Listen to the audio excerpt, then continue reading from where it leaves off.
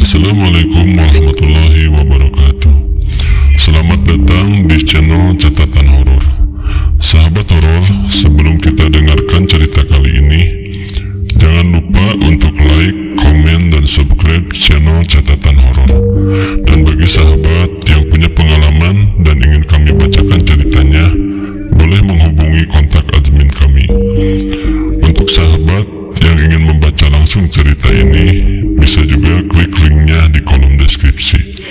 Jangan lupa nyalakan loncengnya agar tidak ketinggalan cerita selanjutnya. Baik sahabat, langsung saja kita dengarkan cerita horor kali ini. Ini adalah sebuah cerita pengalaman pribadinya teman saya yang baru saja pulang berlibur di Jogja. Sebut saja namanya Lucky, Fajar, dan Dani. Beberapa hari lalu, mereka memanfaatkan tanggal merah dan hari kejepit untuk ambil cuti dan pergi berlibur ke kota Jogja. Sesuai harapan mereka, kota Jogja tak pernah gagal membuat mereka melupakan penat selama bekerja dan sejenak melupakan semua beban di pikiran mereka.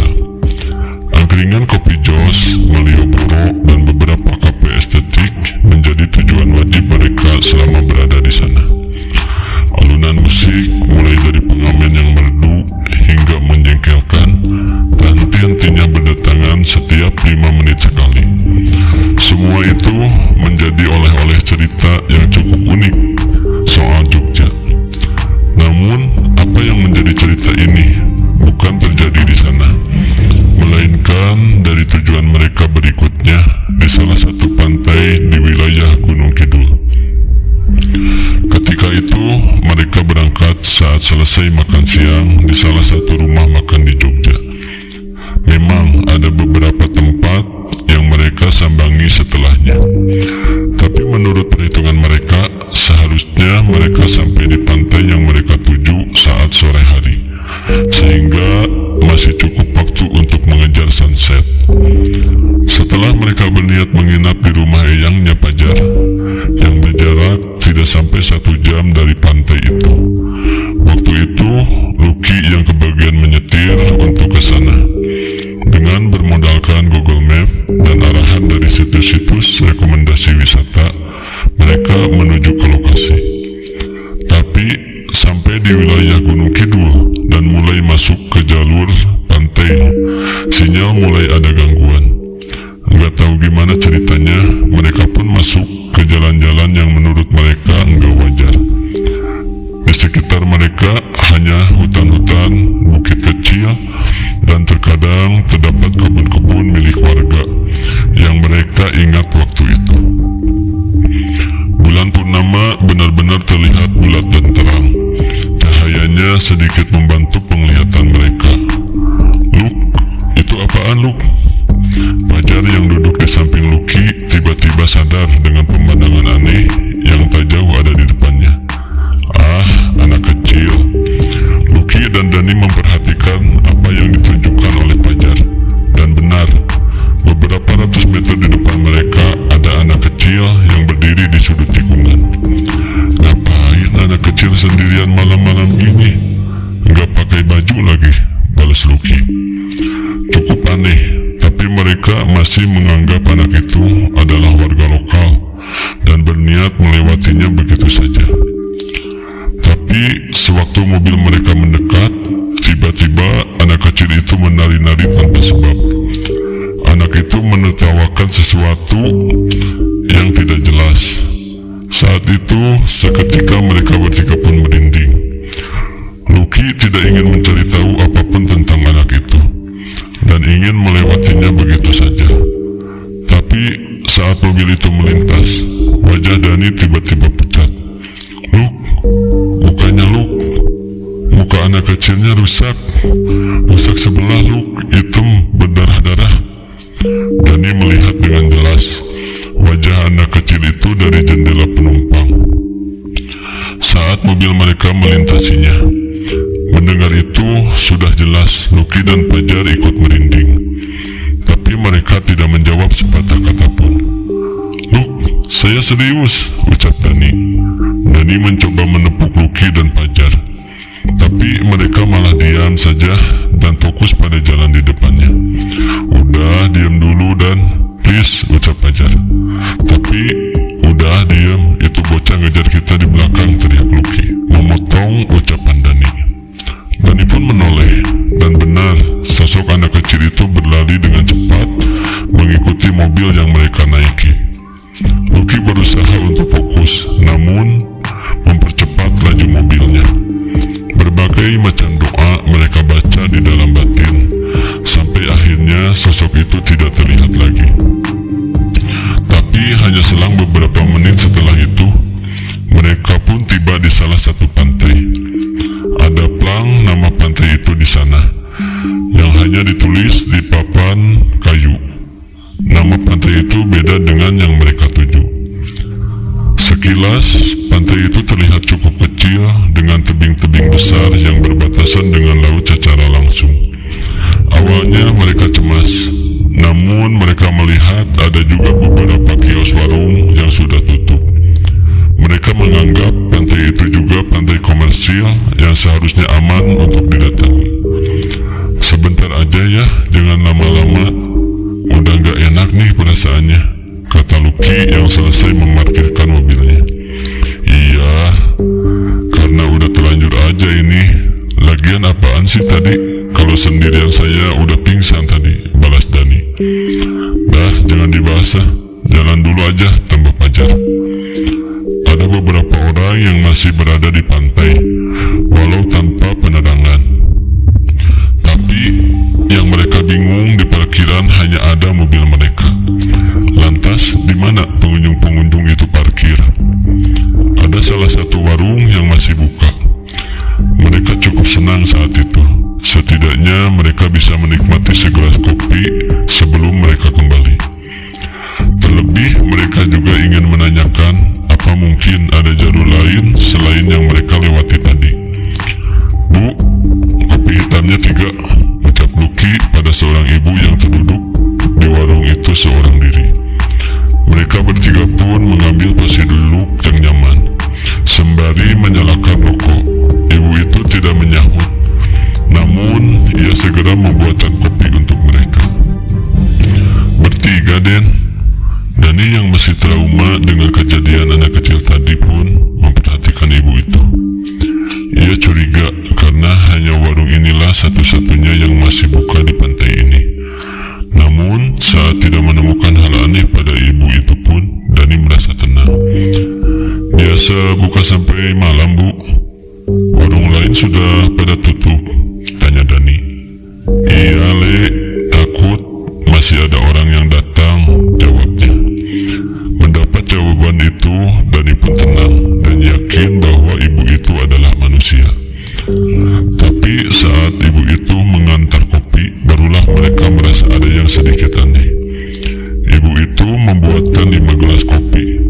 3-nya diantarkan ke mereka dan 2 gelas lainnya diletakkan di meja yang berada di belakang Fajar dan Lucky. Tidak ada seorang pun di sana, tapi mereka mengambil kesimpulan bahwa ibu itu membuatkan kopi itu untuk orang lain yang sudah memesan lebih dulu. Ibu itu pun kembali duduk di sisi dalam warungnya dan melamun lagi. Perbincangan singkat terjadi di antara mereka bertiga. Sembari menikmati kopi dan beberapa batang rokok, setidaknya obrolan mereka bisa sedikit menenangkan pikiran mereka. Tiba-tiba, obrolan mereka yang terpotong dengan suara langkah kaki yang diseret dengan berat. Saat itu juga mereka bertiga kembali merasa merinding, serasa hawa dingin menusuk tubuh mereka. "Biar anak-anak ini di sini dulu." Tiba-tiba ibu penjual warung itu bicara seorang diri. Mereka bertiga pun menoleh, tapi tak satu pun dari mereka yang berani bertanya. Sekali lagi, wajah Dani pucat. Ia memberi isyarat pada Fajar dan Lucky untuk menoleh ke belakang. 2 gelas kopi yang diletakkan di meja belakang mereka berdua, airnya sudah berkurang setengah. Mereka yakin sebelumnya gelas itu penuh dan tidak ada orang lain selain mereka berempat di warung itu. Fajar memberi isyarat pada Luki untuk segera pergi meninggalkan tempat itu dan pulang. "Sudah, Bu. Jadi berapa?" tanya Fajar. "Nanti dulu, Le. Sudah terlambat kalau mau pergi. Kalian di sini dulu, jangan kemana-mana," balas ibu itu. Maksud ibu?" Jelas Fajar tahu kata-kata ibu itu memiliki maksud tersembunyi. "Sudah, nurut saja." Luki dan Dani juga mendengar perbincangan itu. Ia pun menyambut Fajar dengan wajah bingung. Dan hanya beberapa saat setelah Fajar duduk, tiba-tiba mereka mendengar suara alunan gamelan dan keramaian orang-orang dari kejauhan. Suara itu sayup-sayup terdengar seperti tertiup angin. "Dengar gak?" tanya Luki memastikan. "Iya, dengar," balas Dani. Mereka mencoba menebak-nebak apa hal ini yang dimaksud oleh ibu penjaga warung itu. Dani pun menoleh ke arah ibu penjaga warung itu, dan wajah Dani semakin pucat saat melihat wajah ibu penjaga warung itu tersenyum dengan mata melotot memandangi mereka bertiga. Menyadari reaksi Dani, Fajar dan Luki pun ikut menoleh. Saat mendapati pemandangan yang sama, mereka bertiga pun hanya bisa merunduk tanpa berani menoleh ke arah ibu itu lagi. Pikiran mereka berkecamuk. Suara-suara tidak wajar mulai terdengar di sekitar mereka. Ada suara langkah kaki, suara benda diseret, suara tawa cekikikan terdengar di sekitar mereka. Sayangnya, di luar warung hanya kegelapan malam yang sedikit diterangi cahaya bulan. Saat itu, mereka hanya berkali-kali menyalakan rokok sambil menahan rasa takut. Entah sudah berapa batang rokok mereka habiskan dalam diam. Mereka tidak berani berbicara. Setiap menyadari ibu penjaga warung itu terus menatap mereka dengan senyuman dan tatapan mengerikan. Sampai tiba-tiba suara alunan musik, suara keramaian mulai berangsur-angsur menghilang. "Wis, Le, kalau mau pergi bisa sekarang." Tiba-tiba ibu penjaga warung itu kembali berbicara. Mereka bertiga pun saling bertatapan dan bergegas meninggalkan kursinya. "Berapa, Bu?" tanya Fajar. "Kopi 3, 15.000. Ini Fajar menyerahkan selembar uang 20 ribuan dengan tangan gemetar. Ibu itu menerimanya dan menyerahkan kembalian 5.000 rupiah. Dani menyadari bahwa raut wajah ibu itu sudah tidak menyeramkan lagi. Ia pun memberanikan diri bertanya, "Bu, apa ada jalur lain untuk ke jalan besar selain lewat jalur tadi?" tanya Dani. Ibu itu menunjuk ke arah berlawanan dari arah kami datang. "Lewat situ, ada gapura besar. Dari situ, paling 10 menit sudah ketemu desa. Jangan lewat jalur tadi. Warga sini saja sudah jarang ada yang mau lewat sana malam-malam," jawabnya. Benar-benar berbeda. Ekspresi ibu penjaga warung itu saat ini seperti ibu-ibu biasa, tidak semengerikan sebelumnya. "Baik, Bu, terima kasih," balas Dani. "Cepetan, Yole, semoga kalian selamat," ucapnya. Mereka bertiga merasa aneh dengan kalimat terakhir dari ibu itu. Namun tidak ada waktu untuk berpikir. Mereka memutuskan untuk bergegas menaiki mobil dan meninggalkan pantai itu sesuai arahan ibu penjaga warung. Benar-benar sepi. Mereka kebingungan di mana pengunjung-pengunjung pantai yang sebelumnya ada di sana. Parkiran pun kosong dan tidak ada siapapun di sana. Sampai mereka melihat seseorang duduk di salah satu warung yang meja dan kursinya terlihat dari jauh. Tapi mereka salah. Saat semakin dekat, terlihat jelas yang duduk ternyata sosok perempuan berambut panjang yang menutupi seluruh wajahnya dengan rambut. Ia hanya menunduk tanpa bergerak sedikit pun. Sontak, rasa takut semakin menghantui mereka.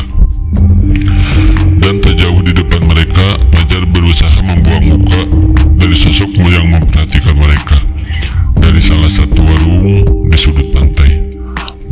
"Pocong!"